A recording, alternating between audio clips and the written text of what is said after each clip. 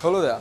Today is the 30th of September, a Wednesday, and this is your Talk of the Town. Now, your lead story for today marks the second day of the considerations of the petitions against the 20th proposed amendment to the Constitution. Now, the 20th amendment was tabled in Parliament by the Minister of Justice, Ali Sabri, and later on it has been met with much opposition, with a record 39 petitions being filed against it at the Supreme Court, citing the violation of fundamental rights.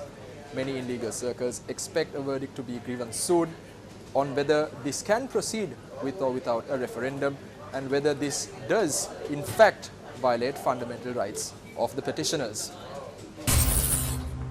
Now, Prime Minister Mahinda Rajapaksa, while travelling to the Rawatawata area in order to stop beside the side of the road he was travelling on, when he saw some protesters. Now, the protesters demand that the principal who has been transferred from that respective area not be transferred and in fact be reinstated to that particular position.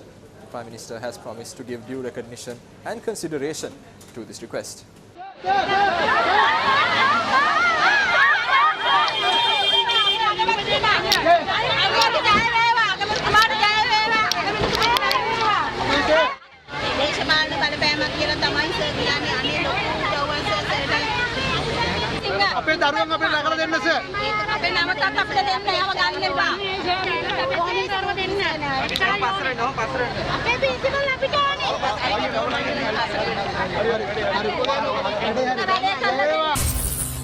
Now, the General Secretary of the Sri Lanka Freedom Party, State Minister Dayasiri Jayasekara, has stated that he is in fact disappointed with some of the treatment meted out to his party.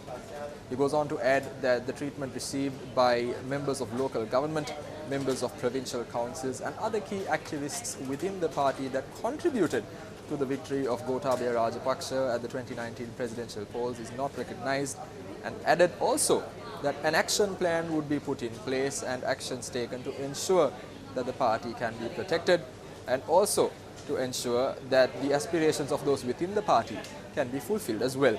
He further went on to add that in fact when these problems do arise, it is often him who has to deal with it, as the responsibility falls on his hands.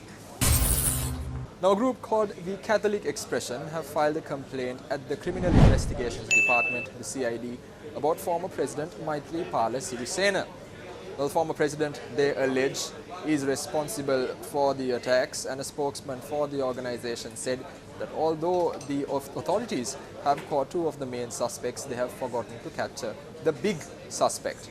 Now, in this, the respective spokesperson also said that based on discussions with the private secretary to the president and a number of officials and the information received during those conversations, that this complaint has been filed. That's a wrap of our main stories for today. Don't forget, if you've missed out on our news bulletins, you can always check us out on our social media platforms on Instagram, Facebook and Twitter. And in addition, you can also check out our award-winning website, www.newsfirst.lk, to stay updated on the very latest stories from right here at home as well as around the world. I've been Deshan Gonawala for the News First team. Have a great day.